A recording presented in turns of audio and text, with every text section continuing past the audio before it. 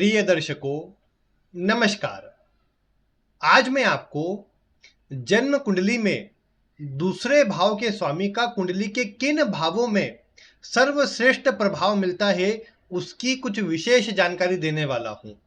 किस लग्न में ज्यादा अच्छे प्रभाव मिलेंगे और किस लग्न में कम प्रभाव मिलेंगे, इन सभी से जुड़ी भी कुछ महत्वपूर्ण जानकारी मैं आपको देने वाला हूं।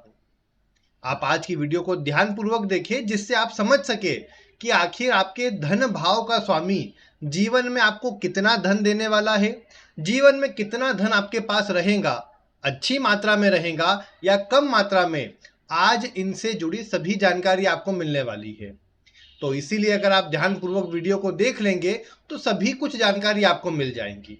हाँ, ये मैं आपको बता दूं कि वीडियो में जो मैं ग्रहों की जानकारी दूंगा, मतलब दूसरे के स्वामी का अलग अलग भाव में प्रभाव बताऊंगा, ये लाइन में नहीं होगा। मतलब जिन भाव में ज़्यादा अच्छे प्रभाव मिलते हैं वो सबसे पहले रहेंगे, फिर उसके बाद एक लेवल के हिसाब से सबसे कमजोर जो भाव रहेंगे वो आखिर में बताए जाएंगे। तो इसीलिए ये ना सोचे कि लाइन में ही होगा या कोई भाव छूट गया तो बताया नहीं, ऐसा ना समझे। पूरे 12 भाव बताऊंगा और सभी की जानकारी आपको मिलेंगी। बस ध्यानपूर्वक आप इस वीडियो के साथ जुड़े रहे, जिससे आपको जानकारी मिल जाए। बाकी पिछली वीडियो से जो मैंने काम चालू किया था वो जरूर आपने करना है। मतलब जिन्हें नहीं पता उन्हें बता दूं कि आपको जिस वार पर वीडियो मिलती है उस वार के स्वामी का बीज मंत्र या कोई मंत्र आपको वीडियो में कमेंट में लिखना रहेगा। आज सोमवार है तो आपको चंद्रमा का बीज मंत्र ओम सोम सोमाय नमः या ओम चंद्रमसे नमः, जो आप लिखना चाहे आप वीडियो में कमेंट में लिख दीजिए, जिससे आपको आज के दिन की ऊर्जा अच्छी मिले। अब आपकी ये आपको काम करना है। बाकी मैं आपको अब दूसरे भाव के स्वामी का प्रभाव बताता हूं कि आखिर कुंडली में किस तरह की स्थितियों को ये निर्मित करता है, कैसा प्रभाव देता है। लेकिन उससे पहले सभी के लिए एक बात कॉमन बता रहा हूं, उसे थोड़ा समझ लीजिए। जैसे आपका जो लग्न है, लग्न कुंडली का जो पहला भाव होता है, उसमें अगर जो राशि लिखी है, जो नंबर लिखा है, अगर वो सम नंबर है, इवन नंबर है, मतलब कहने की बात है कि 2, 4, 6, 8, 10 या 12, इन 6 में से कोई भी नंबर आपके प्रथम भाव में, आपके लग्न में लिखा है, तो ऐसे में आप एक बात गौर करेंगे कि कुंडली के जो दूसरे भाव का स्वामी है वो आपके लग्न के स्वामी का मित्र है।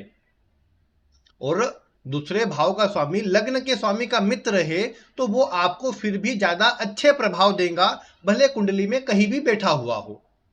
क्योंकि अगर आप अन्य लग्नों में देखेंगे, यानी जो विषम लग्न है, ओड साइन जितने भी है, 1, 3, 5, 7, 9 और 11, ये जितने 6 नंबर अगर आपके लग्न में लिखे हैं, कोई भी एक हो इसमें से, तो आप देखोगे कि दूसरे भाव का जो स्वामी होता है, द्वितीयेश या धनेश जो होता है, वो लग्नेश का शत्रु समान ग्रह होता है। अब लग्नेश का शत्रु ग्रह अगर कुंडली के दूसरे भाव का स्वामी बनेगा तो वो अगर कुंडली के अच्छे भाव में भी होगा तो उसके प्रभाव में मारक तत्व वाले गुण भी होंगे। जैसा मैंने आपको पिछली वीडियो में कहा था, एक में जो अष्टम भाव से जुड़ी दी थी, कि दूसरे भाव का स्वामी मारक भी होता है और यही धन से भी जुड़ा हुआ है। ये तीसरे भाव की हानि करता है, इसलिए मारक तत्व के प्रभाव में ज्यादा है। अब ऐसे में अगर लग्नेश का मित्र है तो उतना खराब प्रभाव हेल्थ में नहीं देगा, लेकिन लग्नेश का शत्रु है तो ज्यादा संभव है कि ये किसी अकारक या फिर कुंडली के छठे, 7वें, 8वें या 12वें भाव के स्वामी के साथ जुड़ करके ऐसा दूसरे भाव का स्वामी आपको स्वास्थ्य संबंधी परेशानी देगा। फिर तो आप कहेंगे कि ये तो धन योग होना चाहिए, लेकिन वो रोग का योग बन जाएगा आपके लिए। तो ये बात प्रारंभ में ही आपको समझ लेना आवश्यक है। बाकी पूरी ही वीडियो देखें तो आप उसमें एक बात और ध्यान रखें कि दूसरे का स्वामी अस्त होगा, नीच राशि में होगा, या फिर आप ये देखते हैं कि दूसरे का जो स्वामी है वो कुंडली में अन्य पापक ग्रहों के प्रभाव में पीड़ित हो रहा है, तो वैसी अवस्था में उसके फल में कमी आ जाएंगी, या जितने अच्छे प्रभाव मैं आपको बताऊंगा या जो चीजें आप अनुभव करना चाहिए उनमें कमी आपको महसूस होगी। तो इसलिए इस बात का ध्यान रखिएगा। अगर कारक हो, बलवान प्रमुख ग्रह बनता हो तो उसे बलवान भी किया जा सकता है। बाकी अब आइए मैं एक एक करके आपको बताता हूं, साथ में और कुछ बातें जोड़ते जाऊंगा। दूसरा भाव केवल धन का नहीं होता है, दूसरा भाव आपकी वाणी का है, आपके खान पान का है, आपके कुटुंब का है। कुटुंब यानी आपका घर परिवार, आपके पूर्वज, मतलब पूर्वजों के लिए तो अन्य भाव भी है, लेकिन दूसरे भाव से भी आपके पूर्वजों के संस्कार आपके ऊपर किस प्रकार के हैं, उसका विचार किया जाता है। और आपकी वाणी फिर ये तो है ही ना कि आप एक व्यक्ति को, अगर आपके सामने कोई व्यक्ति खड़ा है कुछ बोल रहा है, तो आप उसे जज किस प्रकार से करेंगे? एक तो उसके बाहरी आवरण से, एक जो सामान्य दृष्टि से किया जाता है, और दूसरे नंबर पर उसकी वाणी कि वो किस तरह से बातों को बोल रहा है, किस तरह से बातों को समझा रहा है, किस तरह से बातों को रख रहा है। तो यही सब बातों से आप व्यक्ति का जो ओवरऑल शुरुआती जो पहला इंप्रेशन है आप इसी से देखेंगे।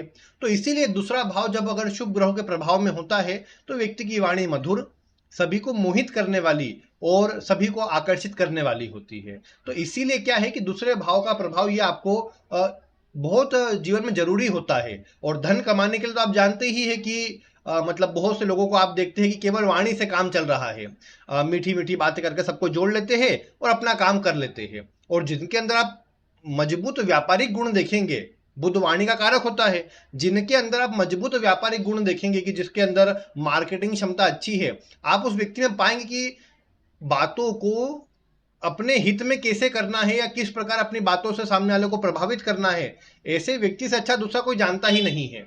और ये बात आप अगर किसी बलवान बुध वाले को देखेंगे तो आप जान जाएंगे, क्योंकि वो हर चीज में अपना लाभ कैसा हो, व्यापारिक बुद्धि जो होती है कि हर चीज में अपना लाभ कैसे हो, वो व्यक्ति सोचने लग जाता है। तो ये वाली स्थिति दूसरे भाव से ही देखी जाती है, इसलिए दूसरा भाव बहुत जरूरी है। हालांकि अलग अलग आप ज्योतिषियों की मानेंगे, पाराशर महर्षि पाराशर की भी बात मानेंगे तो उसमें आपको कहा जाता है कि कुंडली का दूसरा भाव और 12वां भाव ये ऐसे भाव है जो स्वतः काम नहीं करते। कहने का मतलब ये है कि ये ऐसे भाव हो जाते हैं जो अन्य ग्रहों के प्रभाव में या लग्नेश की स्थिति से या कहाँ बैठे हैं उस पर अधिक प्रभाव निर्भर करता है कि ये किस तरह का असर देंगे, मारक ग्रह वाला प्रभाव देंगे या फिर कारक ग्रह वाला। हालांकि शुरुआत में जो सम और विषम लग्न से जुड़ी जानकारी थी वो इसी से जुड़ी है। इसमें आप बहुत हद तक समझ सकते हैं कि अगर सम लग्न है तो ये आपके लिए का पॉजिटिव ग्रह के रूप में प्रभाव देने वाली स्थिति है, अगर कुंडली के छठे, सातवें, आठवें और 12वें भाव के स्वामी के साथ में न हो तो। और इसके अलावा फिर आप ये देख पाएंगे कि अगर कुंडली के मारक या कोई अन्य खराब ग्रहों के साथ में न हो तो ये आपको अच्छा प्रभाव देंगे। बाकी जो अन्य विषम लग्न है वहां पर आपको थोड़ी समस्या देने का काम करते हैं, या लग्न आदि से जुड़ जाएंगे, लगने से जुड़ जाएंगे तो धन के साथ में स्वास्थ्य में परेशानी और कहीं ना कहीं बाधाएं आपको देते नजर आएंगे। तो ये बात आपको शुरुआत में ही समझ लेनी चाहिए। बाकी अब अगर आप देखें कि मान लो सबसे अच्छी स्थिति अगर उनकी बात करूं मैं कि दूसरे का स्वामी कहां पर हो तो सबसे अच्छा प्रभाव देता है, तो आप देखेंगे कि अगर दूसरे भाव का स्वामी पहले भाव में लग्न में बैठा हो तो ये एक अच्छी स्थिति है। अब यहां पर वही सम विषम वाली बात को लागू कर लीजिएगा, सम लग्न में इसका प्रभाव कई गुना अधिक अच्छा मिलेगा, क्योंकि आपकी कुंडली का कारक ग्रह आपके लग्न में आकर के बैठा है। और कारक ग्रह का लग्न में होना धन संबंधी स्थिति को अच्छा करता है, जीवन काल में धन दिलाने का, धन बनाए रखने का, परिवार की जिम्मेदारी उठाने का और जल्दी किसी न किसी कार्य में जुड़ जाने का प्रभाव देता है। तो इसीलिए दूसरे का स्वामी अगर कारक ग्रह हो, कुंडली में लग्नेश का मित्र हो तो और अच्छे प्रभावों को बढ़ाता नजर आएगा। लेकिन अब इसमें आपने देखा कि विषम लग्न हो, तो अब विषम लग्न में अगर लग्न में बैठेगा तो वही बात कि लग्न से जुड़ा है तो स्वास्थ्य संबंधी परेशानी और अलग अलग प्रकार से कुछ बाधाएं या रुकावटें जरूर देखने को मिलेंगी। लेकिन ज्योतिष शास्त्र में दूसरे के स्वामी को लग्न में बैठने पर फिर भी अच्छा माना गया है, क्योंकि ऐसा दूसरे भाव का स्वामी व्यक्ति को महाधनी योग का प्रभाव देता है। अब चूंकि वो जितना बलवान होगा उतना अच्छा प्रभाव दे पाएगा। जैसे मान लो दूसरे का स्वामी शनि है, अब शनि लग्न में बैठेगा तो आप जानते हैं ये दिग्बल से दूर है, कमजोर होता है लग्न में शनि, तो उतने अच्छे प्रभाव नहीं दे पाएगा जितने व्यक्ति को मिलने चाहिए, फिर व्यक्ति के संघर्ष बढ़ते नजर आएंगे।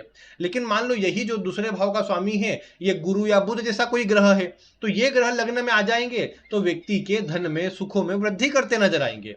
तो इस बात का आपको विचार, इस बात का आपको ध्यान अवश्य करना है कि किस प्रकार का ग्रह है। और अगर पापक ग्रह हुआ तो व्यक्ति को गुस्सेल बनाएगा, कड़वी वाणी बोलने वाला, मुंह पर बोलने वाला बना सकता है। वैसे ऐसा व्यक्ति स्पष्ट वक्ता होगा, लेकिन कई बार क्या है कि ऐसा व्यक्ति अपनी, अगर खराब हुआ दूसरे का स्वामी तो अपनी वाणी से ही काम बिगाड़ ले, ये भी संभव है। तो इसीलिए अगर दूसरे का स्वामी लग्न में बैठा है, बलवान है, पापक ग्रहों का या खराब ग्रहों का कोई ऐसा प्रभाव नहीं है, शुभ ग्रह की स्थिति कहीं बन जाती है, तो ऐसे व्यक्ति के जीवन में आप देखेंगे कि वाणी से ही ऐसा व्यक्ति सब काम करेगा। ऐसे व्यक्ति की वाणी बहुत प्रभावशाली होंगी, जिसे ऐसा व्यक्ति जो बात बोलेगा सामने वाला मानेगा भी और उसके अनुसार काम भी करेगा। तो ये बातें आपको देखने को मिलेंगी, मतलब ऐसे व्यक्ति की वाणी बहुत प्रभावशाली बन जाएंगी। और फिर अगर दूसरे के स्वामी को और बलवान किया जाए तो व्यक्ति उसी के दम पर, अपनी वाणी के दम पर ही जीवन काल में सभी कुछ अर्जित कर लेगा। ये बात आप देख पाएंगे। फिर अगर दूसरे का स्वामी दूसरे ही भाव में हो तो ये भी एक अच्छी स्थिति है, क्योंकि स्वामी दूसरे भाव का अपनी ही राशि में होगा। अब अपनी ही राशि में होगा तो जरूर उसको बलवान करने का काम करेगा। यानी ऐसा तो बोल ही सकते हैं कि ऐसे व्यक्ति को जीवन काल में धन की कमी नहीं होने देगा, धन कम से कम व्यक्ति के पास रहेगा। अब यही दूसरे का स्वामी पापक ग्रहों से पीड़ित ना हो, अस्त ना हो, या फिर अन्य किसी प्रकार से खराब स्थिति में ना हो रहा हो, तो ऐसे में इसके प्रभाव और ज्यादा अच्छे मिलेंगे। ऐसे व्यक्ति के पास बड़ी मात्रा में धन रहे, धन बचा भी पाए ऐसा व्यक्ति, और सही प्रकार से उसका मैनेजमेंट कर पाए। दूसरा भाव धन संचय करने के लिए भी देखा जाता है। अब संचय करने की बात आएंगी तो वहां पर जरूर, अब जैसे मान लो शनि जैसा ग्रह हुआ तो संभव है कि धन उतना ना बचा पाए, क्योंकि ठोस वस्तु में तो धन व्यक्ति बचा सकता है, लेकिन अगर मैं बोलूं कि कैश में बचा लेगा तो उतना प्रभाव अच्छा नहीं देखने को मिलेगा। यही चंद्रमा जैसा ग्रह हुआ तो कई बार ऐसा लिक्विड में, मतलब कैश के रूप में व्यक्ति धन नहीं बचा पाएगा, व्यक्ति को किसी ठोस रूप में ही धन रखना पड़ेगा तभी बच पाएगा। तो ऐसी बातें आपको जरूर ध्यान रखनी है। बाकी ओवरऑल फिर भी आप ये समझिए, दूसरे का स्वामी दूसरे में है तो ऐसे व्यक्ति के पास जीवन काल में आप बोल सकते हैं कि धन रहेगा। धन को लेकर के किसी के सामने हाथ फैलाने की स्थिति नहीं आएगी। ये से भी महाधनी योग कहा गया है। अगर शुभ ग्रह का, मजबूत ग्रह का प्रभाव आ जाए या कुंडली के कारक ग्रह साथ में जुड़ जाए तो भले कैसा भी दूसरे भाव का स्वामी हो, आपको अच्छे प्रभाव देगा और जीवन में धन संबंधी स्थिति को मजबूत करने का काम करेगा। और ऐसा व्यक्ति अगर दूसरे का स्वामी और बलवान हुआ तो आप देखेंगे कि ऐसा व्यक्ति बहुत से लोगों को अपने अंडर में रखेगा। कई बार देखा गया कि दूसरे का स्वामी दूसरे में बलवान है, व्यक्ति के साथ में, व्यक्ति के अंडर में काम करने वाले बहुत से लोग हैं, व्यक्ति बहुत से लोगों को भोजन करवा रहा है, ये सब बातें देखने को मिलती है। मतलब नौकर आदि व्यक्ति घर में बहुत हो, जो अपने कार्य पर बहुत हो, ये चीजें बढ़ जाती है। तो ये दूसरे के स्वामी के प्रभाव से होता है। तो ये भी स्थिति मतलब हालांकि अच्छी है, कोई इतनी खराब स्थिति नहीं है। फिर आप देखिए कि दूसरे का स्वामी अगर चतुर्थ भाव में है, चतुर्थ भाव में दूसरे का स्वामी आकर के व्यक्ति के धन को भूमि, भवन, वाहन जैसे सुखों पर लगाता है। व्यक्ति धन अच्छा अर्जित कर पाता है वाहन आदि से, घर से, जमीन से, और साथ ही साथ ऐसे व्यक्ति को पैतृक धन भी अच्छा मिलता है। देखा गया कि व्यक्ति के पास पैतृक धन आदि की स्थिति भी बढ़िया रहती है। और फिर भी अगर नहीं भी रहे, मान लो दूसरे में कोई इतना बाकी ग्रहों का उतना अच्छा प्रभाव नहीं आ रहा, तो व्यक्ति खुद के दम पर ही सब कुछ हासिल कर लेगा, ये आप बोल सकते हो ऐसे व्यक्ति को। मतलब ऐसे व्यक्ति का घर, किसी भी घर परिवार में जन्म क्यों ना हुआ हो, अपने दम पर सभी प्रकार की सुख सुविधा, लग्जरी ऐसा व्यक्ति अर्जित करेगा और अपनी आगे आने वाली पीढ़ियों के लिए छोड़ कर जाएगा, ये आप बोल सकते हो। लेकिन मान लो कर्क लग्न हुआ और सूर्य अगर बैठा हो चतुर्थ में, तो ऐसा सूर्य नीच राशि का रहेगा, और नीच राशि का सूर्य रात के समय का जन्म दोनों ही अवस्था में कमजोरी प्रदान करेगा। और ऐसे में यह देखने को मिलेगा कि जो एक अच्छी ग्रोथ है, अच्छी मजबूती व्यक्ति को धन को लेकर के कही जानी चाहिए, वो उतनी नहीं मिलेंगी। व्यक्ति खुद भी संघर्ष करेगा धन को लेकर के, बस अपना जैसे भी एक सामान्य जीवन चल जाए वो उसके लिए प्रयास करेगा। फिर तो वो चीजें उतना फिर मजबूती नहीं दे पाएंगी। उस मजबूती के लिए दूसरे के स्वामी के साथ शुभ ग्रह का प्रभाव हो, मजबूत जो चतुर्थ में अच्छे ग्रह होते हैं। जैसे मान लो शुक्र दूसरे का स्वामी होकर चतुर्थ में है, तो चतुर्थ में शुक्र दिग्बली होता है। चंद्रमा दूसरे का स्वामी है, चतुर्थ में है, तो चंद्रमा भी यहाँ पर कम से कम दिग्बली होता है, तो उसके प्रभावों में मजबूती आएंगी। गुरु जैसा ग्रह भी चतुर्थ में होगा तो अच्छे प्रभाव देने का ही कार्य करेगा। लेकिन मान लो कोई पापक ग्रह हुआ या क्रूर ग्रह हुआ तो ये थोड़ा जिद्दीपन को, गुस्से को, या फिर ये दर्शाता है कि धन ठोस रूप में ही जमा करना पड़ेगा, आप कैश के रूप में बचाने जाओगे तो उतना बच नहीं पाएगा। तो ये सब बातें यहाँ पर लागू हो जाएंगी। यहाँ पर मकर लग्न में भी ये स्थिति बनेगी कि शनि चतुर्थ में नीच राशि के रहेंगे, लेकिन वो लग्नेश भी है, तो उस कारण से उसके प्रभाव में आप ये बोल सकते हैं कि फिर भी शुभता रहेगी। धन भले उतना ना बचा पाए, लेकिन बड़ी मात्रा में भूमि, भवन, वाहन एक से अधिक मात्रा में व्यक्ति के पास आ जाएंगे, ये बात यहाँ पर कह सकते हैं। तो दूसरे में होने, चतुर्थ में होने पर भी आप बोल सकते हैं कि व्यक्ति के पास धन रहेगा, सुख सुविधा रहेंगी, और व्यक्ति अपने दम पर सब कुछ हासिल कर पाएगा, ये जरूर कहा जा सकता है। तो ये स्थिति मतलब मैं यहाँ पर कहूंगा कि बढ़िया है। फिर अगर पंचम भाव की बात भी करें तो पंचम में भी अगर दूसरे का स्वामी होता है तो पंचम भाव में भी दूसरे के स्वामी का जाना जीवन काल में मतलब व्यक्ति को अपनी बुद्धि से, व्यवहार कुशलता से, अपने ज्ञान से, अपनी पहचान से अच्छी मात्रा में धन और अच्छा पद दिलाने का काम करता है। ऐसा व्यक्ति अगर पंचम का स्वामी बलवान हो तो बोलने में बड़ा बड़ा माहिर होता है, अपनी बातों से सभी को प्रभावित कर लेता है और अपनी बातों से ही सभी को मंत्र मुग्ध कर दे। या जो कई बार आप देखते हैं कि ये अच्छे मोटिवेशनल स्पीकर बोलिए, या जो जिनकी बातें बहुत से लोग सुनना चाहे, जिनको सुनना अच्छा लगे, ऐसी सब स्थितियां दूसरे का स्वामी पंचम में आने पर निर्मित करता है। और पंचम भाव का स्वामी भी अच्छा हो जाए या बलवान होकर कहीं बैठा हो तो कहने की बात नहीं। फिर तो ऐसे में ऐसा व्यक्ति बड़ा मतलब बोलने का बहुत शौक हो ये भी बोल सकते हो, और या तो फिर ये भी बोल सकते हो कि ऐसा व्यक्ति अपनी वाणी से ही सब कुछ करे, वाणी से ही कार्य करे। बहुत संभव है इस तरह का प्रभाव। बाकी धन के लिए, सुख सुविधा के लिए अच्छा है। संतान होने के बाद व्यक्ति की खुद की तरक्की होती है, धन बढ़ता है और कहीं ना कहीं शुभ प्रभाव में ही वृद्धि होती है। तो इसीलिए दूसरे के स्वामी का पंचम में होना अच्छा कहा जाएगा। अगर यही आपका मतलब कोई शुभ ग्रह हुआ, शुभ ग्रह की राशियां हुई या शुभ ग्रह का प्रभाव पंचम पर आ गया तो और अच्छी स्थिति बन जाएगी। नहीं तो फिर पेट की समस्या या पेट से जुड़े अन्य रोग परेशान कर सकते हैं और कई बार प्रेम में धोखा मिलने जैसी स्थिति सामने आ सकती है। तो ये बातें, अगर पापक ग्रह या इतना शुभ प्रभाव ना हो तो ये बातें भी देखने को मिल सकती है यहाँ पर। फिर इसके अलावा अगर आप ये देखिए कि दूसरे का जो स्वामी है वो कुंडली के नवम भाव में है। देखिए नवम भाव में मतलब एक सामान्य दृष्टि से देखें तो दूसरे के स्वामी को नवम में खराब नहीं कहा गया। व्यक्ति बल्कि ईमानदारी से धार्मिक कार्यों से, मतलब धार्मिक कार्य मतलब सभी के लिए अच्छा सोचकर कार्य करता है और अच्छी तरीके से धन कमाता है। गलत मार्ग से धन नहीं कमाता, सबके लिए अच्छा करके धन कमाता है। लेकिन एक बात जो ऑब्जर्व करने वाली है यहाँ पर कि दूसरा भाव अगर देखेंगे तो दूसरे भाव का स्वामी अगर नवम भाव में आएगा तो अपने भाव से अष्टम में चला जाएगा। तो अपने से अष्टम में चल जाएगा मतलब वो उससे जुड़ी चीजों को प्राप्त करने में संघर्ष या मेहनत को बढ़ा सकता है। इसीलिए आप देख पाएंगे कि जिसका दूसरे का स्वामी अगर कुंडली के आप देखते हैं कि नवम भाव में बैठा हुआ है तो नवम में बैठने पर ऐसे व्यक्ति को देखा गया कि बहुत आसानी से धन नहीं मिलता। मतलब मैं बोलूं कि आपको कोई बोलते नजर आए कि नहीं बढ़िया, बैठे बैठे सब काम बढ़िया चल रहा है और सब कोई बिना कोई चिंता की अच्छी स्थिति है, वैसा उतना देखने को नहीं मिलता है। नवम भाव अच्छा भाग्य का भाव है, लेकिन फिर भी ये देखा गया कि दूसरे का स्वामी अपने भाव से ये कहीं ना कहीं मतलब 8 घर आगे होता है। इस कारण से उसके अंदर संघर्ष वाली, परिवर्तनों वाली स्थितियां होती है। ऐसे व्यक्ति को बड़े अलग अलग कार्यों से धन कमाना पड़ता है कई बार, या बहुत अलग अलग चीजें ट्राई करना पड़ती है। हाँ, ये ग्रह ग्रह उच्च का हो जाए, मतलब वृश्चिक लग्न में जैसे गुरु नवम में आके उच्च के हो जाए, या फिर मान लो कि कन्या लग्न में शुक्र ही अपनी राशि में बैठा हुआ है, तो ऐसी स्थिति में फिर भी आप ये कल्पना कर सकते हैं कि उतना खराब प्रभाव नहीं मिलेगा, अच्छा ही प्रभाव मिल जाएगा, उतनी कोई दिक्कत देखने को नहीं मिलेगी। लेकिन अन्य स्थितियां हुई, किसी प्रकार से कमजोर या खराब स्थिति में ग्रह चले गया तो फिर उतना अच्छा नहीं कहा जाएगा। नवम में होने के बाद भी ये नहीं बोल सकते कि भाग्य से धन मिल जाएगा या पिता से धन मिल जाएगा। कई बार देखा गया कि बहुत अधिक मेहनत के बाद, बहुत अधिक ट्रांसफॉर्मेशन के बाद, या कई बार घर परिवार से बाहर जाने के बाद व्यक्ति अच्छा धन कमाता देखा गया और अपने जीवन में अच्छी स्थिति अपने ही मेहनत पर प्राप्त करता देखा गया। अब ये बात जरूर कुछ कुंडलियों में मैंने ऑब्जर्व करी है। बाकी अगर आपकी कुंडली में हो तो आप बताइएगा कि कैसा प्रभाव आप देख पा रहे हैं इसका। बाकी अधिकतर यही कहूंगा कि दूसरे का स्वामी नवम में होना खराब नहीं है, अच्छी तरीके से आगे बढ़ाएगा। लेकिन कई बार जितनी मेहनत है उसके बदले में जितना रिस्पॉन्ड या जितना धन मिलना चाहिए वो नहीं मिलता। कई बार मतलब अन्य की सहायता व्यक्ति करता है लेकिन उतना कोई सपोर्ट, उतना कोई सहयोग उतना नजर नहीं आता। ये चीजें कई बार नजर आ सकती है। बाकी फिर ये बोल सकते हैं ऐसा व्यक्ति घर परिवार की पिता की जिम्मेदारी को उठाने वाला जरूर होता है, तो ये बात जरूर यहाँ पर अच्छी कह सकते हैं। दूसरे के स्वामी को दशम में अच्छा कहा गया है। जरूर दशम भाव में दूसरे का स्वामी होना मतलब एक एक बात यहाँ पर ये भी है कि देखो दूसरे का स्वामी जो है ये आपका आता है अर्थ त्रिकोण में, और दशम भाव जो है वो अर्थ त्रिकोण का लग्न होता है या केंद्र होता है, प्रमुख भाव होता है।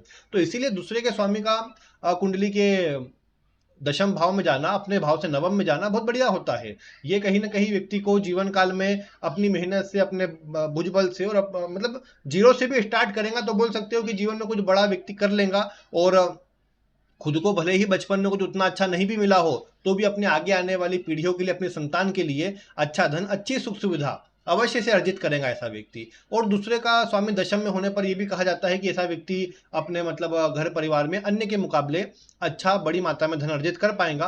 अब यही बात निर्भर करेगी कितना बलवान ग्रह है। जैसे मान लो गुरु जैसा ग्रह दशम में होगा तो गुरु आप जानते हैं दशम में कमजोर होता है। यही मंगल सूर्य जैसे ग्रह हो तो और अच्छा प्रभाव दे पाएंगे। तो ये बातों का थोड़ा विचार आपको करना रहेगा। बाकी इतना ही कहूंगा कि अगर बलवान होकर के दूसरे का स्वामी दशम में बैठेगा तो अच्छे प्रभाव देगा, और ये देखने को मिलेगा कि जीवन काल में जो सुख सुविधा है, जो लग्जरी है, जो शुभ प्रभाव है वो अच्छे देने का ये काम करेगा, और जीवन काल में आप देखेंगे कि बलवान प्रभाव देने का ये काम करेगा। तो ये बात आप यहाँ पर देख पाएंगे अगर दूसरे का स्वामी दशम में हो तो है अच्छी स्थिति। लेकिन अपने दम पर जीरो से स्टार्ट करके ऐसा व्यक्ति सब कुछ अर्जित करता है, बैठे बिठाए उतना नहीं मिलता, ये देखा गया कई बार। हाँ, बलवान हो, बहुत अच्छी स्थिति हो, भाग्य आदि का सपोर्ट हो, लग्नेश का सपोर्ट हो तो संभव है कि बैठे बिठाए सब मिल जाए। लेकिन अगर जनरल वे में देखेंगे तो व्यक्ति अपने दम पर अर्जित करता है। और हालांकि बचपन में देखेंगे अगर अच्छी दशा आदि का प्रभाव भी हुआ तो ऐसे व्यक्ति के होने के बाद शुरुआती समय पर पिता को अच्छा लाभ मिलता है, पिता के जीवन में सुखद प्रभाव बढ़ जाता है। तो ये एक अच्छी चीज यहाँ पर जरूर देखने को मिलेंगी। फिर अगर आप देखते हैं कि दूसरे का स्वामी 11वें भाव में हो, 11वां भाव ये लाभ का भाव है, इच्छा पूर्ति का भाव है, आपके सर्कल को भी दर्शाता है। दूसरे का स्वामी जब 11वें भाव में होता है तो ऐसा व्यक्ति अपने जीवन काल में अच्छा धन, अच्छा लाभ अवश्य अर्जित कर पाता है। यहाँ पर ये भी बोल सकते हैं कि ऐसी स्थिति के अंदर दूसरे भाव का स्वामी महाधनी योग का निर्माण करता है। ऐसा व्यक्ति अपने दम पर मेहनत से, अलग अलग कार्यों से, ऐसा व्यक्ति मल्टीटास्किंग नेचर वाला होता है, अलग अलग कार्यों को एक साथ हैंडल कर लेता है, अलग अलग चीजों से कैसे धन कमा सकते हैं, कैसे आगे बढ़ सकते हैं, वो व्यक्ति के विचार में चलता रहता है और व्यक्ति बड़ी मात्रा में धन अर्जित कर पाता है ऐसे में। अब दूसरे का स्वामी 11वें में है तो अच्छे बड़े लोगों से, अलग अलग लोगों से कनेक्शन भी अच्छे होते हैं, तो व्यक्ति उनका उपयोग करके भी जीवन काल में बढ़िया मात्रा में धन और सुख सुविधा अर्जित कर पाता है। तो इसलिए ये नहीं कह सकते कि ये कोई खराब स्थिति है, बल्कि शुभ और बढ़िया स्थिति से कहा जाएगा। और ऐसा व्यक्ति अपने मतलब जीवन काल में अच्छी मात्रा में धन सुख सुविधा अर्जित करेगा। हाँ, बस कई बार देखा गया खर्चीला ऐसा व्यक्ति अधिक हो सकता है, लेकिन अपनी मेहनत से, अपने कार्य से बड़ी मात्रा में धन ऐसा व्यक्ति अर्जित कर पाएगा, ये जरूर देखने को मिला है। तो ये तो ऐसे भाव हो गए जहां पर फिर भी अन्य भावों के मुकाबले ज्यादा अच्छे प्रभाव देखने को मिलते हैं। लेकिन अब अन्य कुछ भावों की चर्चा मैं आपके समक्ष कर रहा हूं, उसे भी थोड़ा ध्यानपूर्वक समझिए। अगर दूसरे का स्वामी तीसरे भाव में हो तो तीसरे भाव में होने पर क्या देखेंगे कि है तो दूसरे से दूसरा अपने ही भाव से अगले भाव में है, तो धन में वृद्धि करने वाला प्रभाव देता है। लेकिन तीसरा भाव पराक्रम का है, मेहनत का है। तो ऐसे व्यक्ति को धन जो मिलेगा वो मेहनत से, पराक्रम से प्राप्त होगा, बैठे बिठाए प्राप्त नहीं होगा। फिर ये भी है कि ऐसे व्यक्ति को धन बचाने के लिए, धन को संचित करने के लिए ज्यादा मेहनत करना पड़ेगी। ऐसा व्यक्ति मैं बोलूं आसानी से धन बचा लेगा तो थोड़ा कम देखने को मिलता है ये प्रभाव। और इस कारण से क्या होता है कि समझ लो ऐसे व्यक्ति के पास दशा आदि अच्छी रही, उस समय अच्छी मात्रा में धन आया, सुख सुविधा अर्जित करी ऐसे व्यक्ति ने, लेकिन जब दशा खराब हुई तो धन बचा हुआ उतना नहीं था। उस कारण से क्या हुआ कि उस खराब दशा के अंदर व्यक्ति को संघर्ष अधिक करना पड़ा, धन को लेकर के चिंता करना पड़ा, अलग अलग चीजों पर मतलब ट्राई करना पड़ा, वो बातें देखने को मिलेंगी। तो ये उतना अच्छा नहीं रहेगा। फिर अगर ग्रह नीच राशि में हो जाए दूसरे का स्वामी तो और खराबी से कहेंगे कि ये तो ज्यादा मतलब और कमजोर स्थिति हो गई कि व्यक्ति को अब बहुत ज्यादा धन को लेकर के संघर्ष करना पड़ेगा। तो ये बातें यहाँ पर आपको देखने को मिलेंगी। अगर दूसरे का स्वामी आप देखते हैं तीसरे भाव में है तो मतलब मेहनत बढ़ जाएगी। इजी वे में मैं कहूँ कि धन आएगा तो उसकी जगह संघर्ष बढ़ता नजर आएगा। फिर दूसरे का स्वामी छठे में हो, देखो छठे भाव में होने पर एक बात क्या है ना, दूसरे का स्वामी छठे में हो तो ये देखा गया कि व्यक्ति अलग अलग कार्यों से और कैसे प्रकार से भी धन कमाने के लिए बड़ा आतुर रहता है, या जीवन में अधिक से अधिक धन कमाने के लिए व्यक्ति कोशिश करता है। लेकिन एक समस्या की बात यहाँ पर आती है कि जब भी दूसरे का स्वामी छठे भाव में होता है तो ये देखा गया कि ऐसे व्यक्ति के ऊपर कर्जा बहुत बना रहता है, या कर्जा ऐसा व्यक्ति लेता है तो लगातार वो बढ़ते जाता है, मतलब बहुत आसानी से कम नहीं होता या एकदम समाप्त नहीं कर पाता ऐसा व्यक्ति। दूसरे का स्वामी छठे में होने पर यह भी देखने को मिला कि ऐसे व्यक्ति के जीवन में जो छठे भाव का प्रभाव है वो कहीं ना कहीं धन कई बार फंस जाना, दिया हुआ पैसा डूब जाना, या कहीं पर मतलब फंस जाना, किसी के अन्य के कारण धोखा मिलना कार्य में और धन से जुड़ी रुकावटें आना, ये चीजें बढ़ जाती है। कई बार कोई लेन देन कर रहा था ऐसा व्यक्ति धन का और वो धन किसी को दिया, भले पहचान का था लेकिन फंस गया, उतना प्राप्त नहीं हो पा रहा। तो ये चीजें कई बार यहाँ पर बढ़ती देखी गई। तो दूसरे का स्वामी छठे में होने पर क्या है कि धन को लेकर के संघर्ष, या कई बार ऐसा व्यक्ति रिस्क भी बहुत ले लेता है धन से जुड़ा, उस कारण से परेशानी भी कई बार सामने आ सकती है। फिर वाणी में ये उग्रता या गुस्सा दे ही सकता है, उस कारण से भी समस्या आने की संभावना रहती है। तो इसीलिए दूसरे का स्वामी अगर छठे भाव में हो तो यही कहा जाएगा कि इसके जो असर है वो आसानी से आपको कुछ देने वाले नहीं है। आपको लोगों की बहुत सहायता करना पड़ेगा, बहुत त्याग करना पड़ेगा अपने जीवन काल में, तब जाकर के धन की स्थिति आपकी सुचारू और बढ़िया रह पाएंगी। तो ये बात यहाँ पर जरूर एक विचार करने वाली रहती है। फिर इसमें अगर आपने देखा दूसरे का स्वामी जो है वो कुंडली के सप्तम भाव में है। अब सप्तम भाव में अपनी उच्च राशि में हो या फिर अपनी ही राशि में हो तो अच्छा है, मतलब कम से कम अपनी राशि में, अगर अन्य छठे आठवें या 12वें भाव के संपर्क में नहीं होगा तो जीवन काल में धन लगातार देता रहेगा। और ये ऐसा योग हो जाता है दूसरे का स्वामी सप्तम में होने पर कि व्यक्ति के पास लगातार धन आते रहता है, मतलब धन प्राप्ति के अवसर बनते रहते हैं लगातार।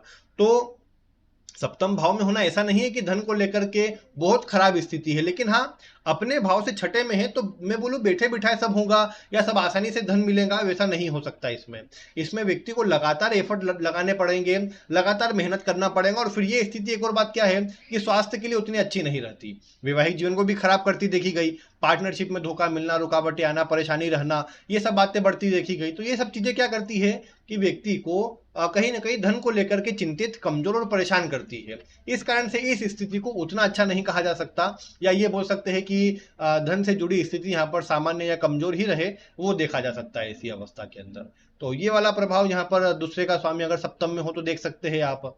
बाकी फिर दूसरे का स्वामी अगर अष्टम भाव में हो तो देखो, अष्टम भाव जैसे तो ठीक सामने है, अष्टम में बैठा हुआ दूसरे का स्वामी अपने भाव को देखेगा तो उसकी वृद्धि तो करेगा, लेकिन यहाँ पर क्या है ना, व्यक्ति का जो रुझान है वो जल्दी धन कमाने की ओर जाता है।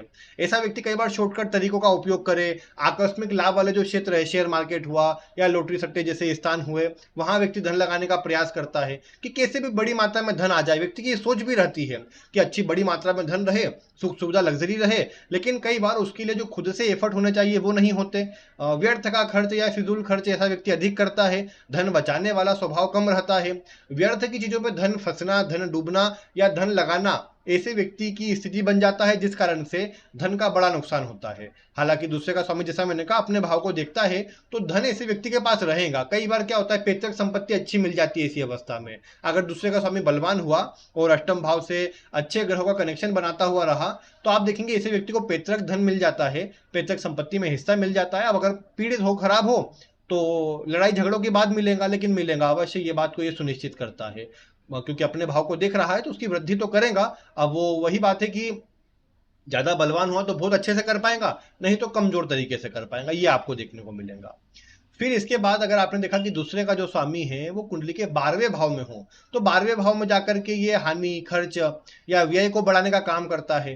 तो दूसरे का स्वामी जब 12वें भाव में हो तो व्यक्ति धन कम बचा पाता है। वैसे अगर ऐसा व्यक्ति मतलब अच्छे इन्वेस्टमेंट के रूप में ध्यान दे या कहीं पर ठोस रूप में मजबूती से धन बचाने के रूप में ध्यान दे तो अच्छा धन ऐसे व्यक्ति के पास रहता है। आने के लिए धन की स्थिति कमजोर नहीं रहती, लेकिन अगर व्यक्ति बड़ा प्लान लेकर के लंबे समय की सोच रखते हुए काम करे और अपने धन को इस तरह से यूज करे कि वो लंबे समय तक व्यक्ति को अच्छा लाभ देते रहे, मतलब धन से ही धन बढ़ाने के विचार में रहे, तो व्यक्ति के लिए फिर प्रभाव अच्छा रहता है। लेकिन अगर ऐसा व्यक्ति ऐसा ना करे और बस अच्छी दशा जब रहे उस समय अच्छा धन आ गया और बस उसी समय अपने सुखों पर, लग्जरी पर, दिखावटी चीजों पर खर्च करके धन को पूरा समाप्त कर दे, तो आप एक बात देखोगे कि आगे जब कमजोर दशा आएंगी, परेशानी वाला समय आएगा, तो ऐसे व्यक्ति को बड़ा परेशान होना पड़ेगा। और ऐसे व्यक्ति को धन को लेकर के फिर अन्य के सामने कई बार जाना पड़े, लोन वगैरह लेना पड़े, इस तरह की बातें बढ़ जाएंगी, तो वो उतना अच्छा नहीं रहेगा, बल्कि व्यक्ति को परेशान और चिंतित करने वाला समय रहेगा। तो इसीलिए इस बात का यहाँ पर विचार जरूर होना चाहिए कि 12वें में है तो व्यक्ति कम से कम उसका धन का सही उपयोग करे। हालांकि देखो, कुछ लग्न के अंदर, मतलब मेष लग्न के अंदर और साथ ही साथ आप देखेंगे मिथुन लग्न के अंदर दूसरे के स्वामी को 12वें में जाने पर उतना खराब नहीं कहा गया, क्योंकि दोनों ही अवस्था में ऐसा ग्रह उच्च राशि का होता है।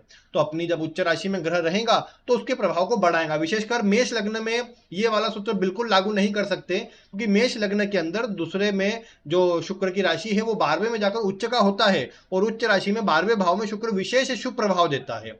तो इसीलिए जब आप देखते हैं कि 12वें भाव में शुक्र है दूसरे का स्वामी होकर के, तो उतना खराब प्रभाव फिर भी नहीं देगा। हाँ, कन्या लग्न में क्या है, 12वें में सिंह राशि आती है, जिस राशि में शुक्र उतने अच्छे प्रभाव नहीं दे पाता फिर भी। लेकिन मेष लग्न में क्या है, जल तत्व की राशि आती है, शुक्र उच्च राशि का होता है, बलवान प्रभाव देता है ऐसा शुक्र। तो इसलिए क्या है कि जब शुक्र की बात आएंगी तो 12वें भाव में होना धन देता रहता है, बस सही प्रकार से उसका मैनेजमेंट कर ले ऐसा व्यक्ति तो फिर उतनी चिंता नहीं कहेंगे, धन भी रहेगा, सुख भी रहेगा, सब बढ़िया प्रभाव रहेगा। तो ये स्थिति है दूसरे के स्वामी की कुंडली के अलग अलग भावों में, 12 भावों में बैठने की स्थिति को लेकर। अब इसमें जिसकी राशि में है उसकी स्थिति या वो कितना बलवान है, कितना सपोर्ट कर रहा है, तो उससे बातें भी आएंगी। क्योंकि देखो, अगर मित्र की राशि में ही बैठ जाए तो और अच्छे प्रभाव को बढ़ाने का काम करेगा, शत्रु की राशि में बैठेगा तो उसमें कमजोरी वाला असर आ जाएगा।